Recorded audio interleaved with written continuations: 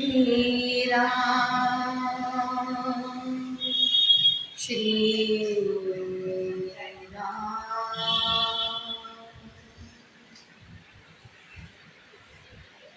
सर्व श्रोत्यांच्या हृदयस्थ श्रीरामांना माझा साष्टांग नमस्कार। माझे गुरु सरश्री यांना माझे कोटी कोटी नमस्कार। आज आपण मागच्या वेळेला आपण 2 गीतं पाहिली। बालाजी तांब्यांचं श्रीराम पंचायतन याच्यावर आपली ही मालिका सुरू आहे। आज आपण त्याच्या पुढचं गीत घेणार आहोत, निरोप आला श्रीरामांचा।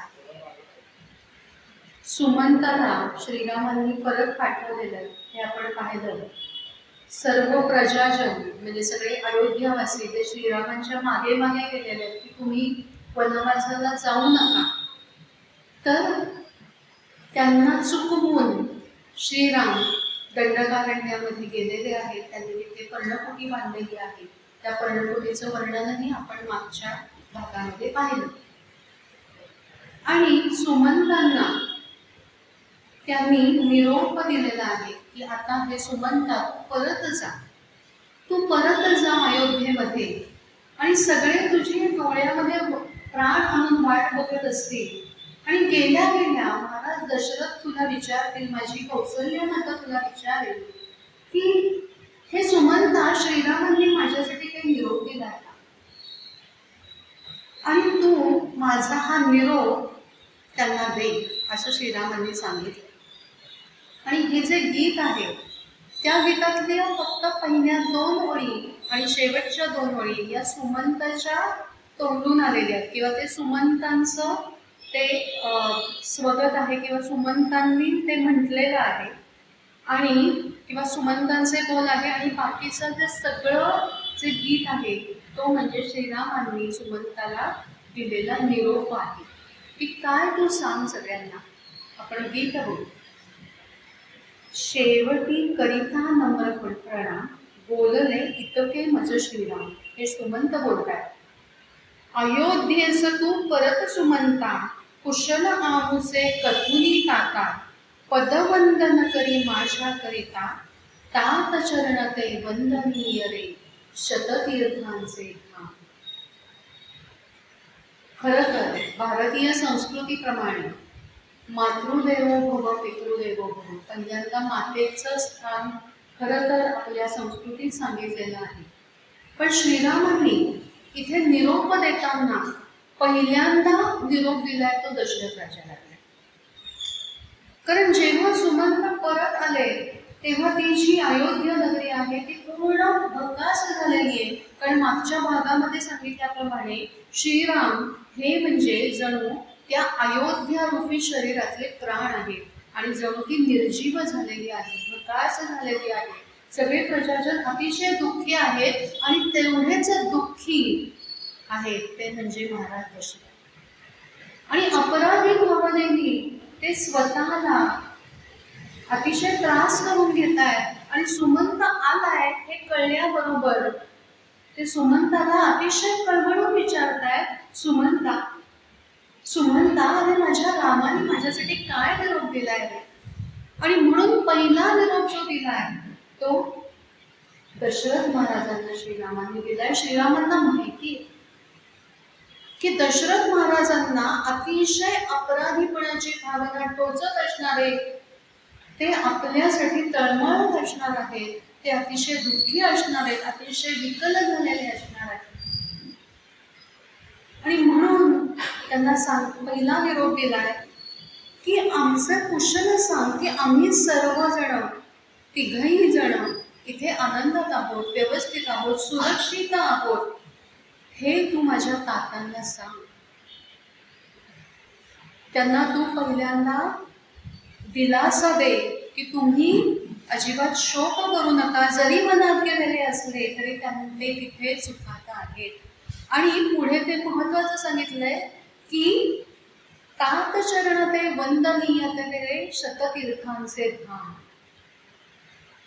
पूर्वी कधी बोलली का माहीत नाही, पण आत्ताचं जे युग चालू आहे की ज्याच्यामध्ये आई वडील हे फक्त जोपर्यंत करिअर होत नाही, जोपर्यंत आपलं बस्तान बसत नाही, तोपर्यंतच त्यांच्याकडे म्हणजे त्यांची गरज असते म्हणून त्यांच्याशी बोललं जातं, त्यांच्याशी वार्तालाप केला जातो. आणि जशी गरज संपते, छान नोकरी लागते, कुठेतरी परदेशात गलगट्ट पगाराची नोकरी लागते किंवा विवाह होतो, की त्याच्यानंतर सगळी गरज संपते आईवडिलांची. आणि आईवडिलांना जवळ साधं जाऊन बसणं सुद्धा आता मुश्किल होतं किंवा त्याच्यासाठी वेळ नसतो. म्हणून या गीतात आलेलं जे आहे की शततीर्थांचे धाम, की तुम्ही एवढे सगळी तीर्थ जी सगळी जी आहेत, तर त्या शततीर्थांचं सार म्हणजे हे तातचरण आहे आणि त्यांना मी बंधन करतो, हे श्रीरामांनी सांगितलं. इथे श्रीरामांनी स्वतःच्या दुःखाचा एक कणभर सुद्धा विचार केलेला नाहीये, की दशरथांनी मला त्या कैकेयी मातेचं ऐकून वनामध्ये पाठवलं, हा कणभरही राग, कुठेही रोष, कुठेही श्रीरामांच्या कुठल्याही उद्गारामध्ये कधीही दिसत नाही. कारण श्रीरामांनी स्वतःच्या दुःखाचा कधी विचारच केलेला नाही. आणि श्रीरामांचं चरित्र हे म्हणून आज इतकं भारतीयांच्या मनामध्ये खोलवर रुजलेलं आहे. प्रत्येक हिंदू माणसाला त्या चरित्राचा अभिमान आहे तो यामुळे की श्रीरामांनी पूर्ण जन्मभर इतकं सोसलं, इतक्या वेदना सोसल्या, पण कधीही त्यांनी कुणाही बद्दल यत्किंचितही कधीही तक्रार केलेली नाही किंवा कुणालाही दोष दिलेला नाही. पुढचं जे चरण आहे की पुढचं जे कडवं आहे त्याच्यात आपल्याला दिसेलच. अंतःपुरी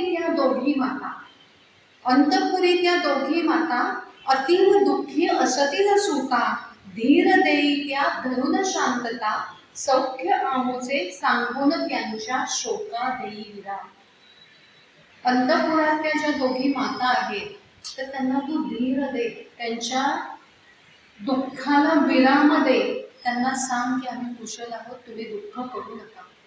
आता फक्त इथपर्यंतच वाचलं ना तर कुणालाही असं वाटेल, कारण आपल्याला आपल्याच स्वभावाची इतकी सवय झालेली असते. आपण हे गृहीत धरतो की दोघी माता म्हणजे श्रीरामांनी नक्की कौसल्य आणि सुमित्रा यांच्याबद्दलच बोलले आहेत. कारण आपली भूमिका कशी असते, जर आपल्या बाबतीत जर कुणी असं चुकीचं वागलं, आता कैकेयीने श्रीरामांना वनामध्ये पाठवले तर श्रीराम नाही बोलणार आता कैकेयीशी काही, असं आपण गृहीतच धरतो. त्यामुळे असं वाटतं या दोन माता म्हणजे कौसल्य आणि सुमित्रा असते. पण पुढचं आहे, सांग माऊली कौसल्येसी सुखात सीता सुत वनवासी, पूजित जातो नित्य अग्निशी, तुझिया श्रवणी सदा असावा मुनीवर घोषित सा. पहिल्यांदा निरोप दिलाय तो सुमित्रा मातेला आणि कैकेयी मातेला. कैकेयी मातेने एवढं सगळं घडवून आणलं, ज्यांना राज्यपदी बसवायचं त्यांना वनात धाडलं, तरीही त्यांच्याविषयी एकही अपशब्द न बोलता त्यांनाही स्वतःची खुशाली कळवलेली आहे. इथे याला म्हणतात श्रीरामांचं तत्व, जे मर्यादा पुरुषोत्तम श्रीराम, निर्मळ मन काय असतं किंवा काहीही घडू देत, कुणाविषयी कुठल्याही बाबतीत अजिबात राग कसा नसावा हे आपण याच्यावर. आणि कौसल्य मातेला त्यांनी वेगळा निरोप दिलेला आहे. कारण आपण आधीचं गीत पाहिलेलं आहे की कौसल्य मातेच्या मनामध्ये कैकेयीने श्रीरामांना वनामध्ये धाडल्यामुळे कौसल्य मातेच्या मनामध्ये कैकेयी विषयी आता मत्सर निर्माण झालेला आहे. तिने सांगितलेलं आहे पूर्वीच्या गीतामध्ये श्रीरामांना की हे श्रीरामा, ही अशी म्हणजे अनेक गोष्टी या कैकेयीमुळे मी सहन केलेल्या आहेत आणि श्रीरामांना तिच्या मनामध्ये हा जो मत्सर आलेला आहे, निर्माण झालेला आहे. खरं तर कौसल्या ही अतिशय निर्मळ मनाची, अतिशय शुद्ध मनाची, अतिशय शांत, अतिशय सात्विक, पण परिस्थितीच अशी आलेली आहे की ज्याच्यामुळे अशा अतिशय सात्विक अशा वृत्तीच्या कौसल्याच्या मनातही कैकेयीबद्दल जो मत्सर निर्माण झालेला आहे त्याचा त्रास तिला होऊ नये, त्याच्यामुळे तिचं जे निर्मळ मन आहे ते मलिन होऊ नये, दूषित होऊ नये आणि त्याचा त्रास दशरथ महाराजांनाही होऊ नये, याच्यासाठी श्रीराम कौसल्य मातेला काही त्यांनी उपदेश केलाय. सुमंताला त्यांनी सांगितलंय की कौसल्य मातेच्या दालनात जा, महालात जा, तिच्यापाशी शांतपणे बस, तिला पहिलं हे सांग की तुझी सून सीताबाई, श्रीराम तुझे पुत्र आणि लक्ष्मण हे तिघही अतिशय सुखरूप आहे, अतिशय आनंदात आहेत, तू त्याचा शोक करू नकोस आणि सदैव अग्निपूजा करत जा, सूर्यपूजा करत जा. कारण अग्निपूजा ही स्त्रीत्व रक्षणासाठी आणि स्त्री रोग निर्मूलनासाठी अतिशय महत्वाची आहे. आणि सामगार्य रुचा सदैव तुझ्या कानावर पडू दे. का? कारण आत्ता हा जो तात्पुरता दोष तुझ्या मनामध्ये, तात्पुरता किलबिश कैकेयी बद्दल आलेलं आहे तुझ्या मनामध्ये, तर ते त्याच्यामुळे दूर होईल. म्हणजे इथे आपल्यालाही कळेल की आपण काय करायला पाहिजे. आपल्या मनात तर सारखेच कुणाबद्दल काहीतरी भावना येतच असतात. कुणाबद्दल राग येतो, कुणाबद्दल मत्सर येतो, कुणाबद्दल असूया निर्माण होते, असं सारखं होत असतं. त्यामुळे आपणही हे अनुसरलं पाहिजे. तर श्रीरामांनी हा खूप मोठा इथे उपदेश केलेला आहे आणि तिला तिचं जे मूळ, तिचा जो स्वभाव आहे तो परत यावा अशी श्रीरामांची इच्छा आहे. पुढे ते काय म्हणतात बघा, वडीलपणाची जाणीव सोडून, वडीलपणाची जाणीव सोडून सवतीशी करी वर्तन जननी, मग्नपतीच्या रहा पूजनी, तव हृदयाविना त्या जीवासी अन्य नसे विश्राम. का त्यांची ही तळमळ आहे? का कौसल्याचं मन परत निर्मळ व्हायला हवंय?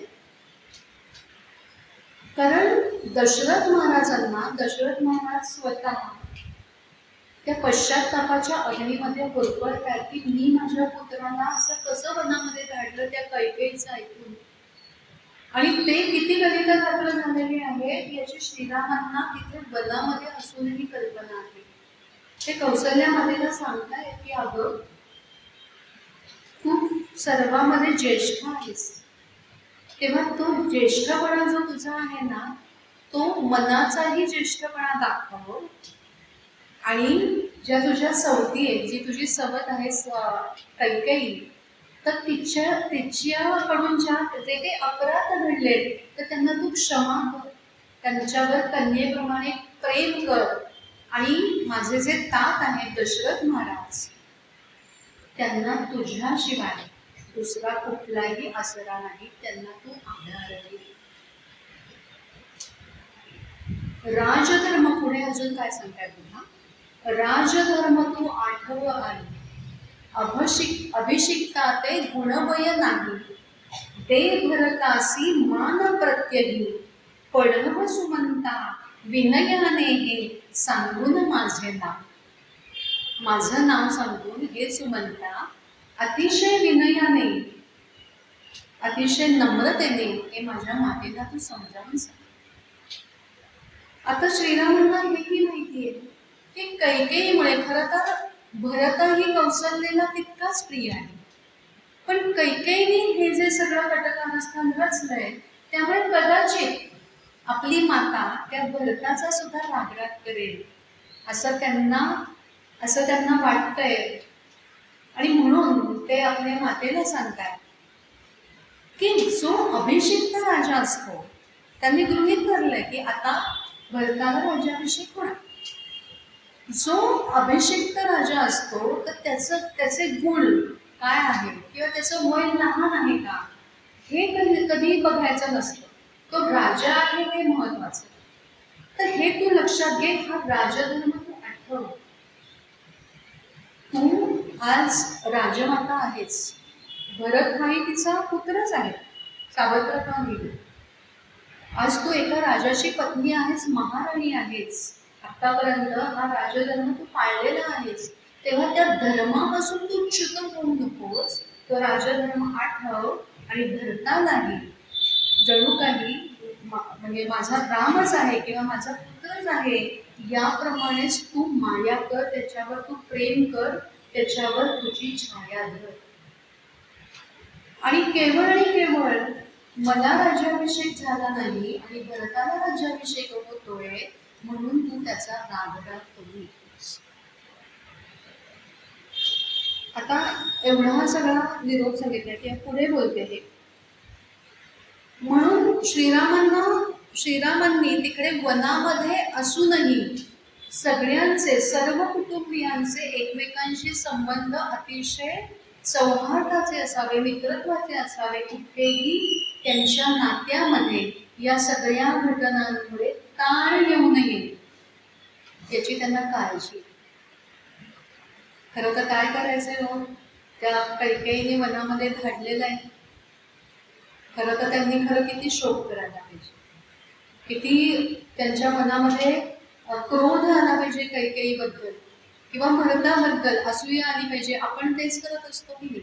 आपल्या बाबतीत कोणी काही वागलं की पहिलं दुसऱ्यावर दोष देऊन मोकळे होतो की याच्यामुळे हे झालं. पण इथे कुठेही पूर्ण निरोप आपण ऐकला. अजून फक्त 2च कडी आहे, ती पण अशीच आहे. कुठेही निरोपामध्ये कैकेयीविषयी, दशरथ महाराजांविषयी, भरताविषयी अजिबात एकही अपशब्द नाही. पुढे काय म्हणतात बघूया. सांग जाऊनी कुमार भरता, हो युवराजा स्वीकर सत्ता, प्रजाजनांवर ठेवी ममता, भोग सुखाचा अखंड ध्येयी मनी राही निष्ठा. भरतालाही ते ज्येष्ठ बंधू या नात्याने उपदेश करायला विसरलेले होते. पण त्यांना माहिती आहे की आता अशी परिस्थिती ओढवलेली आहे. भरत अयोध्येमध्ये नव्हता जेव्हा हे सगळं घडलं तेव्हा, आणि आता भरत जेव्हा परत येईल तेव्हा त्याच्याही मनामध्ये अग्राधी भावना असणार आहे, त्याच्याही मनामध्ये द्विधा मनस्थिती असणार आहे. त्याला प्रजाजनांच्या रोषाला सामोरं जावं लागणार आहे. हे सगळं श्रीरामांना तिथे राहून सुद्धा त्यांच्या डोळ्यासमोर ही सगळी परिस्थिती येते. म्हणून ते भरताना सांगतायत की भरता, कुठलीही द्विधा मनस्थिती मनात न ठेवता, कुठलंही द्वंद्व मनामध्ये न ठेवता तू त्या राजसत्तेचा स्वीकार कर. त्या राजसत्तेचा स्वीकार कर. जे काही सुखोपभोग या राजपदामुळे तुझ्या वाट्याला येतील त्याचा तू तुझ्याला उपभोग घे. पण तो उपभोग घेताना तू मनातून पूर्णपणे निर्लिप्त राहा, निर्मोही राहा. त्याच्यामध्ये तू आसक्त होऊ नकोस. आणि ज्या प्रजाजनांमुळे तू राजा झालास त्यांच्यावर वडिलांसारखी माया कर, ममता कर, त्यांचं पालन कर. जरी प्रजाजन तुझ्यावर क्रोधित झाले की मला श्रीरामांना डावलून खरं तर भरत आता राज्यावर बसणार आहे, तरी सुद्धा तू अतिशय प्रेमाने, अतिशय नम्रपणे त्यांची समजूत घाल, त्यांना समजावून सांग, असं श्रीराम त्यांना सांगतात. म्हणजेच इथे श्रीरामांनी राजधर्माचा कानमंत्र त्याला दिलेला आहे, भरताला दिलेला आहे. छत्र शिरावर तुझ्या पित्याचे, पाळच वत्सा वचन तयाचे, सार्थक कर त्या वृद्धपणाचे, राज्यनीतीने करून वाढवी रघुवंशाचे नाव. तिथे परत श्रीरामांना माहिती आहे की भरत आता दशरथ महाराजांवर सुद्धा क्रोधित होणार की दशरथ महाराजांनी असं का केलं, असा शब्द का पाळला आपल्या मातेचा. म्हणून हे मुद्दाम सांगतायत की हे दशरथ महाराज जे आहेत ते म्हणजे तुझ्यावर कृपेचं छत्र आहे. त्यांच्या वृद्धत्वाचा तू मान राख. त्यांचा कुठल्याही प्रकारे एकाही शब्दाने त्यांना अवमानित करू नकोस. त्यांना कुठल्याही प्रकारे त्यांना त्रास होईल असं वर्तन करू नकोस.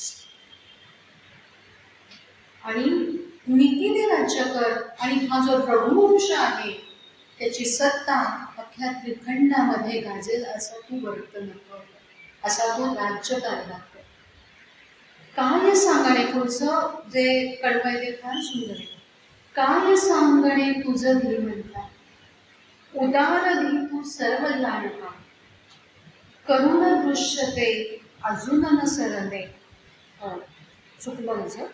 काय सांगणे तुझं धीमंता, उदार धी तू सर्व जाणता, पुत्र वियोगिनी माझी माता. तुझ्या वर्तने, हे वाक्य फार महत्वाचे, तुझ्या वर्तने तिला भासवी भरत तोच श्रीराम. हे नुसतं ऐकताना सुद्धा भरून येते. भरता पुढे सांगतात, कारण त्यांना आपल्या कौसल्या मातेची अतिशय काळजी वाटते, अतिशय वाईट वाटते. तिचा शोक त्यांनी पाहिलेला आहे की मी जेव्हा वनात निघालो तेव्हा ही माता असं म्हणाली होती की माझा जीव घे आणि मग तू वनात जा, पण असं जाऊ नकोस मला सोडून. किंवा ती म्हणाली होती की मला पण तू वनात घेऊन चल. अशी ही माझी माता, ती आता किती शोकात असेल हे त्यांना माहिती आहे. म्हणून भरताला ते सांगताय की माझी माता पुत्र वियोगिनी आहे, तिला माझा वियोग होतोय, त्यामुळे ती अतिशय शोकमग्न अशी असेल. तेव्हा हे भरता, तू खरं तर भीमंता म्हणजे तू हुशार आहेस, तू तेवढा बुद्धिमंत आहेस, तू मनाने उदार आहेस, तुझं मन निर्मळ आहे. तुझ्या वर्तनाने तू असं माझ्या मातेशी वाग की तिला माझ्यात आणि तुझ्यामध्ये काही फरकच वाटला नाही पाहिजे. इथे भरताच्या हृदयातला राम, भरताच्या हृदयातलं जे ब्रह्म आहे, परब्रह्म, आपल्याला सगळ्यांना माहिती आहे की म्हणजे आपला आत्मा म्हणजेच परब्रह्म आहे. म्हणजे आपल्या सर्वांच्या हृदयामध्ये तो स्थित आहे, ते श्रीराम स्थित आहे, ते श्रीकृष्ण परमात्मा स्थित आहे. त्यांना जागृत करण्याचा प्रयत्न श्रीराम या एका वाक्याने करतात. जेव्हा तुझ्या हृदयातला श्रीराम तू जागृत करशील तेव्हा माझ्या मातेला कोण भरत आणि कोण श्रीराम असा भेदाभेदच करता येणार नाही. म्हणजेच मी जसा माझ्या मातेशी वागत होतो, जसं वर्तन करत होतो, तसाच, म्हणजे सोप्या शब्दात सांगायचं झालं तर तसाच तू माझ्या मातेशी वाग. माझी कमी तिला कुठेही वाटू देऊ नकोस, माझी उणीव तिला जाणवू देऊ नकोस.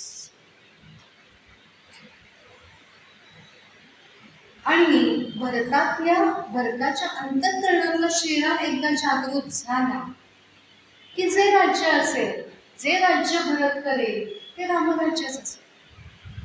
किंवा तो सगळ्यांचे जे वर्तन केले त्याच्या मातेशी, सुमित्रा मातेशी, दशरथ महाराजांशी, प्रजेशी जे वर्तन केले ते श्रीरामांना अनुसरूनच असेल आणि श्रीरामांना हेच अभिप्रेत आहे. खरं तर या वाक्यामध्ये आपल्याला पण खूप मोठा संदेश आहे की आपल्या सर्वांच्या हृदयातलं श्रीराम जर आपण जागृत केलं तर आपलं चरित्रही त्या श्रीरामाचं.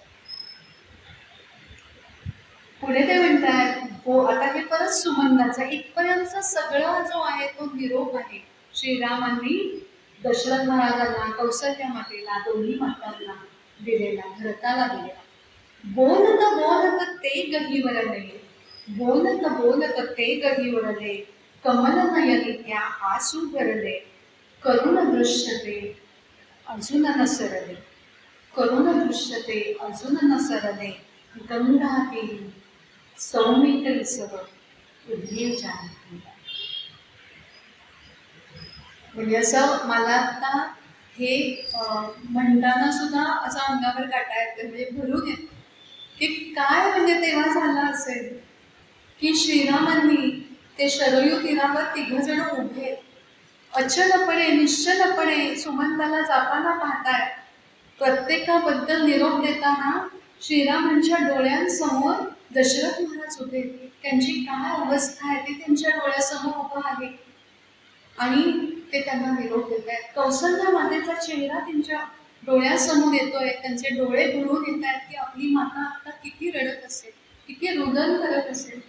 आणि भरत आल्यानंतर तो किती कावरा होईल. असं प्रत्येकाचं नाव घेताना, प्रत्येकाचा निरोप घेताना त्यांच्या डोळ्यासमोर ती व्यक्ती उभी राहतीये आणि अतिशय मनापासून अंतःकरणपूर्वक ते त्या प्रत्येकाला निरोप देतात. सुमंताला सांगतात की हा निरोप तू त्यांना पोचव. आणि असा सगळा निरोप देऊन झालेला. आणि सुमंताला ते सांगतात, सुमंता, मी ज्या भावनेने माझ्या या सगळ्या भावनांसकट हा निरोप तू या सगळ्यांना पोचव. किती अवघड काम सुमंताने केलंय बघा. निरोप देण्याचं सुद्धा एक कौशल्य असतं.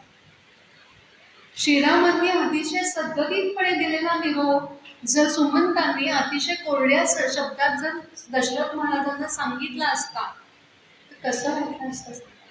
पण सुमंतांनी ते काम अतिशय चोखपणे केलेलं आहे. इथेच हे गीत संपतं. आपण पुढच्या गीताकडे जाऊया. हा निरोप सुमंतांनी दशरथ महाराजांना दिला. आणि त्या दशरथ महाराजांनी विचारले काय निरोप दिला. निरोप कळलेला आहे आणि दशरथ महाराजांना कळलंय की आता सुमंतांबरोबरही श्रीराम परत आलेले नाहीये आणि त्यांची स्थिती अतिशय वाईट झालेली आहे. ते जणू काही भ्रमात गेलेले आहेत. अर्धवट शुद्धीत, अर्धवट बेशुद्धीत अशा सीमारेषेवर ते आहेत. भ्रमामध्ये त्यांना अनेक गोष्टी आठवत आहेत. आपण गीत काय आहे ते बघूया. दाटला चोहीकडे अंधार, देऊ न शकतो क्षीण देह प्राणांची आधार. आता हे जे सगळं पूर्ण गीत आहे ते दशरथ महाराजांच्या तुमच्या. आज आठवे मजशी श्रावण, आज आठवे मजसी श्रावण, शब्द वेदती मृगया भीषण, पारधीत मी बघिला ब्राह्मण, त्या विप्राच्या अन्नपित्याचे उमगे दुःख.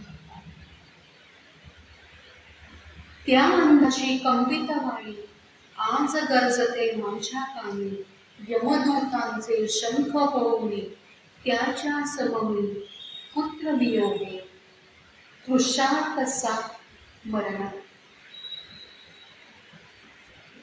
दशरथ महाराजांना जेव्हा हे कळलं तेव्हा ते अतिशय विकल झालेले, खाली कोसळले आणि भ्रमातच हे सगळं बोलतात. ते म्हणतात की आज मला माझा श्रावण बाळ,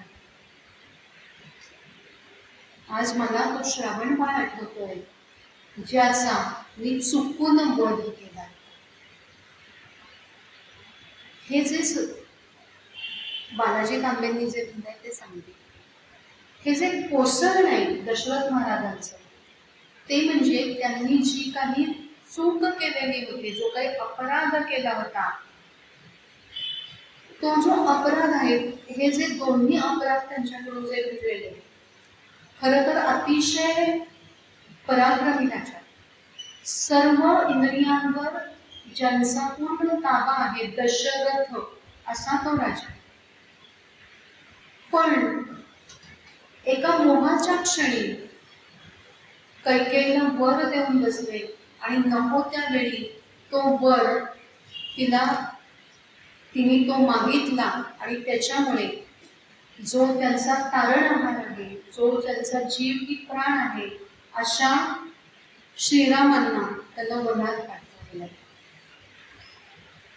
इथे त्यांनी स्वतःचा जो साक्षीत्व भाव आहे, साक्षीत्व भाव याचा अर्थ जी पूर्णपणे भानावर असणं की कैकेयीने हा वर माझ्याकडे मागितलेला आहे, पण तरीही आत्ता हा वर तिला देणं योग्य आहे का नाही, हे राजधर्माला अनुसरून आहे का नाही, याचा विचार त्यांनी तेव्हा केलेला आहे. की रघुकुलाचे रीत आहे की जो दिलाय शब्द तो पाळणं. पण कैकेयीने 2 वर मागितले. पहिला वर जो मागितला तो ठीक होता की भरताला राज्य द्या, तो तिने स्वतःसाठी मागितला. दुसरा वर जो होता की श्रीरामांना वनात पाठवा, श्रीरामांच्या जीवनामध्ये काय घडावं, तुला जो पाहिजे म्हणजे तुझ्या जीवनात जे काही तुला पाहिजे तो वर तू माग. आणि तो वर त्याने संयुक्त होतं जर कैकेयीने तिच्यासाठी काही मागितलं असतं तर, की दागदागिने म्हणा किंवा तिच्या मुलासाठी राज्य. पण श्रीराम जे दुसरं जीवन आहे, ज्याच्यावर कैकेयीचं तसं म्हटलं तर वरामुळे म्हणजे वर मागण्यासाठी तसं म्हटलं तर हक्क नाही. तोही वर दशरथांनी तिला दिलेला किंवा दशरथांना सांगता आलेलं नाही, पण की हे होणार नाही असं जे निक्षून सांगणं आहे की हा जो दुसरा वर तू जो मागतेस तो चुकीचा आहे, तू तुझ्यासाठी वैयक्तिक तुला जर काही हवं असेल तर माग, किंवा जेव्हा ते वर दिले तेव्हाच तू ते मागून घे असे राखून तुला ठेवता येणार नाही. अशा दोन गोष्टी ज्या त्यांनी कठोरपणे राजधर्माचं पालन करण्यासाठी करायला हव्या होत्या त्या त्यांनी केल्या नाहीये. तेव्हा त्यांनी त्यांचं जे भान त्यांनी जे राखायला हवं होतं, अयोध्येचे महाराज म्हणून किंवा राजा म्हणून जो राजधर्म असतो तिथे त्यांची चूक झाली. आणि म्हणून त्यांचं हे पतित जे होणं आहे, आत्तापर्यंत सगळं जीवन ऐश्वर्यात गेलेलं आहे, अतिशय वैभवात गेलेले, अतिशय सुखात गेलेले. आत्तापर्यंत त्यांना हा जो श्रावण बाळाच्या आई वडिलांनी दिलेला शाप जो आहे तो त्यांना आत्तापर्यंत लक्षात नव्हता. आता जेव्हा म्हणजे मरणासक्त अशी जेव्हा स्थिती झाली तेव्हा तो शाप त्यांच्या लक्षात आलेला. आपल्या सगळ्यांचं हेच असतं, जेव्हा आपण सुखात असतो, जेव्हा काही कमी नाही, सगळं आनंदात चाललंय, तोपर्यंत आपल्याला श्रीराम आठवत नाही. आणि जेव्हा कुठलं तरी दुःख येतं, कुठलं तरी संकट येतं, काहीतरी घटना घडते, तेव्हा आपल्याला श्रीराम आठवतो. किंवा जेव्हा मरणासन्न स्थिती निर्माण होते किंवा कुठलीही अशी स्थिती निर्माण होते तेव्हा ज्या आपण चुकीच्या गोष्टी केलेल्या असतात त्याचा पश्चाताप व्हायला लागतो. तोपर्यंत आपण इतके आपल्या सुखामध्ये किंवा इतके सगळ्या भोगांमध्ये अडकलेलो असतो की जे काही आपल्याकडून जे चुकीचं घडलंय त्याची क्षमा याचना, त्याची क्षमा साधना किंवा त्याच्याबद्दलचा पश्चाताप, त्याच्याबद्दल त्याच्यासाठी करायला पाहिजे प्रायश्चित्त, या कशाचंही भान आपल्याला. दशरथांच्या या उदाहरणावरून हेच आपल्याला लक्षात येतं की आता मरणासक्त परिस्थिती झालेली, मरणासन्न परिस्थितीला पोहोचल्यावर त्यांना तो शाप आठवला. आणि आता त्यांना ते सांगतायत की मला आत्ता तो श्रावण बाळ आठवतो, माझ्याकडून झालेला जो प्रज्ञापराध, असा शब्द बालाजी तांबेंनी इथे वापरला. प्रज्ञापराध याचा अर्थ ज्याचं ज्ञान आहे, ज्ञात आहे, तरी सुद्धा तो अपराध घडला. याचा अर्थ काय सांगते? याचा अर्थ असा की दशरथ महाराज हे खरं तर अतिशय निष्णात कशामध्ये तर म्हणजे काय म्हणतात त्याला, धनुष्यबाण किंवा धनुष्यबाणात म्हणजे शिकार करण्यात म्हणा किंवा शब्दवेध घेण्यामध्ये ते अतिशय निष्णात. पण याचाच त्यांना अतिशय अभिमान. पहिला अभिमान कसला की मी राजा आहे, अयोध्येचा राजा आहे. दुसरा अभिमान मी शब्दवेधी आहे, मी इंद्रावर सुद्धा विजय मिळवलेला आहे, मी देवांना अनेक वेळेला सहाय्य केलेलं आहे, असा तो स्वतःमध्येच अतिशय म्हणजे स्वतःवरच अत्यंत खुश असणारा राजा असं म्हटलं तरी चालेल. आणि त्याच धुंदीमध्ये तो एकदा शिकारीला गेलेला आहे. आपल्याला सगळ्यांना कथा माहिती आहे. जेव्हा शिकारीला गेला तेव्हा खरं तर शब्दभेद इतका अचूक आहे म्हटल्यानंतर त्या शब्दभेदाचं पूर्ण ज्ञान त्यांना आहे. पण जेव्हा शिकारीला ते रात्र झाले की आपल्या सगळ्यांना कथा माहिती, आवाज जेव्हा ऐकू आलेला आहे तेव्हा अहंकारामुळे इंद्रियांना जे ज्ञान स्वाभाविकपणे उपजतपणे निर्मळतेमुळे जे त्या मनाच्या निर्मळतेमुळे किंवा निरहंकारीपणामुळे जे ज्ञान आहे, कानांना जे ज्ञान आहे, डोळ्यांना जे ज्ञान आहे, जे शब्दभेदाचं ज्ञान आहे, ते अहंकारामुळे झाकलं गेलं. इथे त्यांचं स्वतः म्हणजे जो पूर्णपणे, ज्याला म्हणतात अलर्टनेस पाहिजे, पूर्ण भान पाहिजे त्या गोष्टीचं, की आपण आता शब्दभेद करतो. आता आपण शब्दभेद करतोय तेव्हा जो आवाज येतोय पाण्याचा, तो घटाच्या मुखात गेल्यामुळे येणारा घटघट आवाज आहे. घटाच्या मुखात पाणी गेल्यामुळे येणारा घटघट आवाज आहे का श्वापदाच्या मुखामध्ये पाणी गेल्यामुळे येणारा घटघट आवाज आहे? हे खरं तर ज्ञान आपल्याला माहितीये की शब्दभेद ज्यांना माहिती असतो त्यांना त्या आवाजातले सूक्ष्म फरकही माहीत असतात. पण तो सूक्ष्म फरक दशरथांना कळला नाही, कारण तेव्हा अहंकारामुळे की मला तर सगळं येते, मला मी शब्दभेदामध्ये अतिशय निपुण आहे, त्यात काय एवढं ऐकायचं, आवाज आलाय म्हणजे नक्की श्वापदच पीत असणार पाणी, आणि आता मी बाण सोडतो आणि असा तो कोण काय अस्वल वाघ जो कोणी असेल त्याचा आत्ता वेध घेतो आणि ती शिकार नेऊन सगळ्यांना. हा जो अहंकार होता त्याच्यामुळे त्यांच्याकडून तो अपराध घडलेला, याला म्हणतात प्रज्ञापराध. आणि ही जाणीव, हे भानावर असणं, हा अलर्टनेस कधी येतो तर जे आपल्याला यमनियम सांगितले, योगाभ्यास करणं, ध्यान करणं, यमनियमांचं पालन आणि पूर्णपणे मन सगळ्या विकारांपासून निर्मळ ठेवणं. इथे जे मोहाधीन किंवा मोहाधीन म्हणण्यापेक्षा अहंकाराधीन जे दशरथ महाराज झाले, हा काय आहे? हा मनाचा विकार. अशा विकारांच्या अधीन न होणं हे कधी साध्य होतं तर हे सगळे नियम पाळले तर हे साध्य होतं.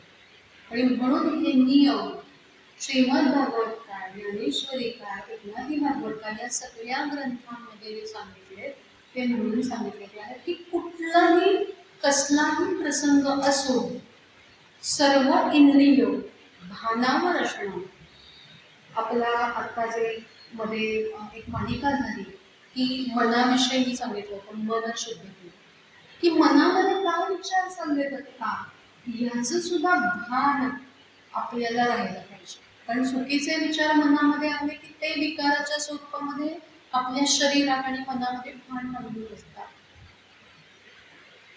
तर हे भान राखणं दशरथ महाराजांना जमलेलं नाहीये, हा प्रज्ञापराध झालेला आहे आणि त्यामुळे त्यांना तो शाप मिळालेला. शाप म्हणजे काय की असा काही अपराध घडला की त्याच्यामुळे जो काही कर्मबंधन, जे काही कर्मबंधन आपल्याला पडतं किंवा त्याच्यामुळे जो शोक, पश्चात्तापाचा जो शोक आपल्याला होतो की अरे आपल्याकडून कसं काय ही अशी असं घडलं, हा जो शोक होतो हाच शाप आहे. आणि या श्रावण बाळाला दशरथ महाराजांनी जेव्हा त्या श्रावण बाळांच्या वृद्ध माता पित्यांना अतिशय गरज होती तेव्हा दशरथ महाराजांकडून त्याचा वध झालेला आहे आणि त्यांनी त्याला शाप दिलेला. आणि तो शाप आज दशरथ महाराजांना आठवतो की तो जो शाप आहे तो आता मला ग्रासतोय. आणि हे जे श्रीराम माझा पुत्र, जो माझा अतिशय लाडका आहे, ज्याची मी भक्ती करतो असं म्हटलं तरी चालेल, जो श्री विष्णूंचा अवतार आहे असा श्रीराम आज माझ्या डोळ्यांसमोर नाही आणि त्याच्या विरहामुळे मला आता मरण येणार, हे आता दशरथ महाराजांना कळून चुकलं. आणि काही काही शाप इतके तीव्र असतात की ते त्या घराण्यातल्या पुढच्या पिढीवर सुद्धा त्याचा परिणाम होतो. आणि श्रीरामांच्या जीवनावरही त्याचा परिणाम झालेला आहे. कारण श्रीरामांनाही पुढे काही काळ पुत्र विरह सहन करायला आपल्याला सगळ्यांनाही. आणि पुढे म्हणतात दशरथ महाराज, श्रीरामाच्या स्पर्शा वाचून अतृप्तच हे जळते जीवन, नाही दर्शन नच संभाषण, मीच धाडिला माझा त्राता राजकुमार. मरण समयी मज राम दिसेना, मरण समयी मज राम दिसेना, जन्म कशाचा आत्मवंचना, अजून न तोडी जीव बंधना, गजेंद्र संचित केली उघडू मज मोक्षाचे द्वार.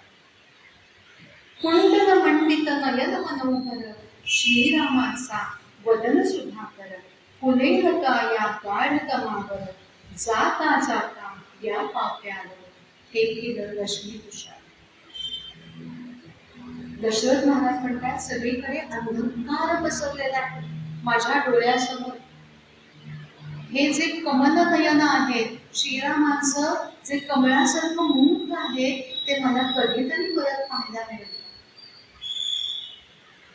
अहो मरणासमयी जर मला श्रीराम दिसले नाही तर माझ्या या जीवनाचं मध्ये काय राम राहणार आपण म्हणतो, किंवा मला मोक्ष कसा मिळणार. दशरथ महाराजांचा हा विलाप आहे. आणि या जन्माला तरी काय अर्थ आहे अशी विवंचना त्यांना पोखरतीये. आणि श्रीराम आणि जानकी यांना चुकीच्या वेळेला वनामध्ये धाडल्यामुळे, चुकीच्या कारणासाठी वनात धाडल्यामुळे, भ्रमित अशा स्थितीत अशी कृती त्यांच्याकडून झाल्यामुळे हे सगळं घडतंय, हे आता दशरथांच्या लक्षात येत आहे. आणि त्या शोकातच ते आता कैकेयीला दूषण देत आहेत. काय म्हणतात बघा, अघटित आता घडेल कुठले, स्वर्ग सौख्य मी दूर लोटले, ऐक कैकेयी दुष्टे कुटिले, भाग्यासह तू सौभाग्यासही क्षणात अंतर्मुख. कैकेयीला ते आता शिव्याशाप देतात. त्यांना कळलंय की आपण ज्यांना प्रेम समजलो ते किती फसलो, आपण एका मोहात अडकलो आणि आपण फसलो. ते दोष सगळं कैकेयीवर देत आहे, पण खरं तर ते स्वतःही, आताच मी म्हटल्याप्रमाणे की ते स्वतःही भ्रमित झालेत. ते नको त्या मोहामध्ये पडलेले. त्यांनी राजधर्म न पाळता कैकेयीला योग्य वेळेला बजावलेला नाहीये की हा वर तू मागू शकत नाहीस. त्यामुळे ते आता त्यांना हे कळतंय की माझं अधःपतन झालंय, माझ्याकडून नको ती चूक झालेली आहे. पुढे ते म्हणतायत, पार्वतीन जे राम जानकी, देवच होतील मानवलोकी, स्वर्ग सौख्य ते काय आणखी, अदृष्टा तुझ ठावे केव्हा समागम होणार. क्षमा करी तू मज कौसल्ये, क्षमा सुमित्रे पुत्र वत्सले, क्षमा देवते सती उर्मिले, क्षमा प्रजाजन करा चालू सुख दुःखांच्या. क्षमा विद्याला करी श्रीरामा, पतित पावना मृदुश्यामा, राम लक्ष्मणा सीतारामा, गंगोदकसा अंती ओठी, तुमचा जय जयकार श्रीराम श्रीराम श्रीराम. पाहतील जे राम जानकी. खरं तर श्रीराम आणि जानकी, आपले बालाजी तांबे आहेत, त्यांनी हे रूपक दिलेले.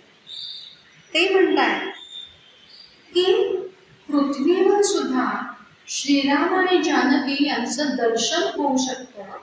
ते असं सांगताय की श्रीराम आणि जानकी ही अशी निसर्गाची रचना आहे की श्रीराम म्हणजे अत्यंत सद्भाव आणि उत्कट सात्विकता किंवा अतिशय पूर्ण जागरूकता, ज्याला आपण मगाचपासून ध्यानावर असणं ज्याला मी म्हणते की उत्कट म्हणजे पूर्ण जागृत अवस्था, की मी म्हणजे देव नाही, मी म्हणजे ते परमात्म्याचं स्वरूप आहे, ही पूर्ण असलेली जागरूकता, तेवढंच निर्मळ आणि सद्भावनांनी भरलेला असं मन. आणि सीता म्हणजे अतिशय संतुलित असं म्हणजे असे त्रिगुण आहेत, सत्व रजतम, यांनी बनलेला देह, असा संतुलित देह की ज्याच्यामध्ये अतिशय म्हणजे सात्विकतेचा परमोच्च बिंदू ज्या शरीरामध्ये आहे असं शरीर, आणि अतिशय काय म्हणतात त्याला समतोल असलेलं त्रिकोण जे आहेत सत्व रजतम यांचं समतोल असलेलं शरीर म्हणजे सीता, असं कॉम्बिनेशन म्हणून आपण किंवा असा समन्वय जिथे आहे ते म्हणजेच श्रीराम आणि जानकी. असं आपल्याला कुठे दिसतं बघ? सगळे संत सज्जन आहेत, आपले एकनाथ महाराज, आपले तुकाराम महाराज, त्यांचं दर्शन म्हणजे हेच आहे. त्यांची सगळ्यांची मनं जर आपण म्हणजे अतिशय निर्मळ असं मन, अतिशय जागृत अशी अवस्था की जे कधीही देही अवस्थेत नसतात, ते नेहमी आत्ममग्न आत्मस्थितीमध्येच रत असतात.